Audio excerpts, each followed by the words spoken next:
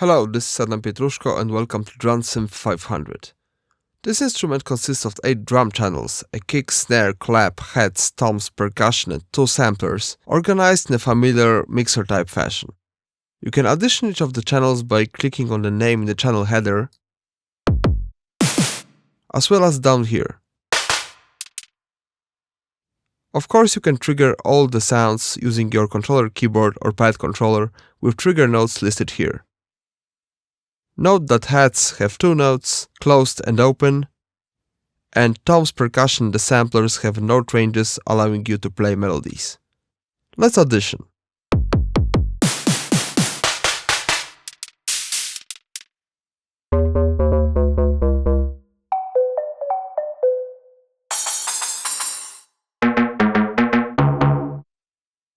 You can change these assignments with mid-learn by clicking here and triggering a note from your pad controller.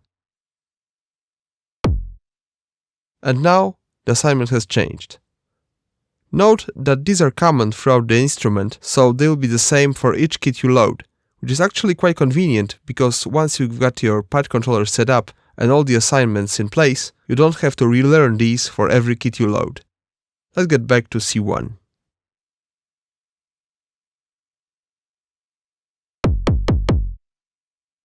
The track headers also have note repeat, allowing you to play rolls by holding a key, and the rate of repetition is controlled with this dropdown.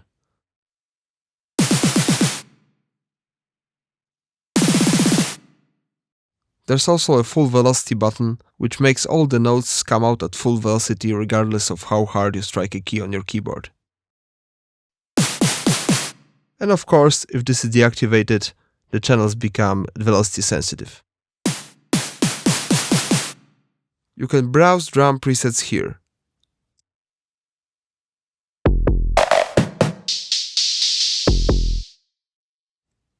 Of course, you can save your own kits once you come up with your own sounds, simply by right-clicking on the name and inputting your own name and clicking save.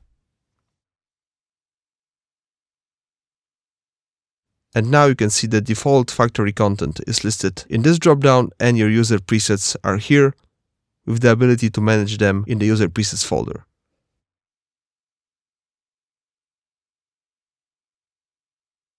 There are also presets per channel. For example, you can browse kick presets here.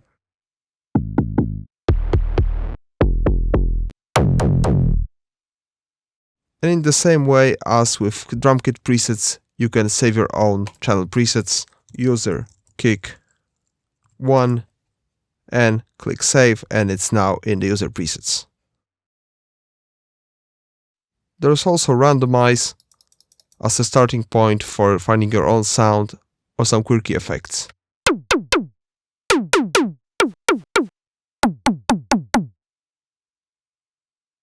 Now let's look at channel structure. Below the header and preset management, we have synthesis parameters of specialized synth engines for obtaining each of these sounds. We have 2 analog oscillator channels, 2 noise oscillator channels, 2 FM synths, and 2 samplers. Below, we have common channel effects, the same for every channel, with distortion, filtering, and compression. And below, we have the mixer with volume and pan, mute and solo, as well as sends to 2 reverbs and 2 delays. All the channels are routed into the master bus with insert effects, saturation, compression and kill EQ, as well as volume and pan for the master bus. Okay, so now let's have a look how we can route Drumsynth500 in multi-output mode so that each of the drum channels goes out as a separate channel in our DAW. For that, we'll have to reload the plugin in multi-output mode and go into the mixer, and we can see this plus here, and we can now add multiple channels as separate outs from all the drum channels. 1, 2, 3, 4, 5, 6, 7, 8. And now this is the master bus as before, and these are separate outs. So we have the kick, snare, clap, heads, and so forth. Now you can use your EQ,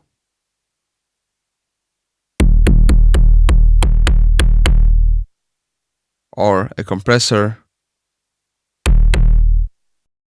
to process your sounds further for polishing your sound. And here is how we do the multi-output thing in Studio One. You open the mixer. You don't have to enable the multi-output mode as in Logic. You just go on the instrument list. If it's not visible, open it here. And from this drop-down, check Expand. And here you have all the multi-outs available. So let's silence the master bus. So now that we know the basic structure of Drumsynth500, follow me to the next videos to dive deeper.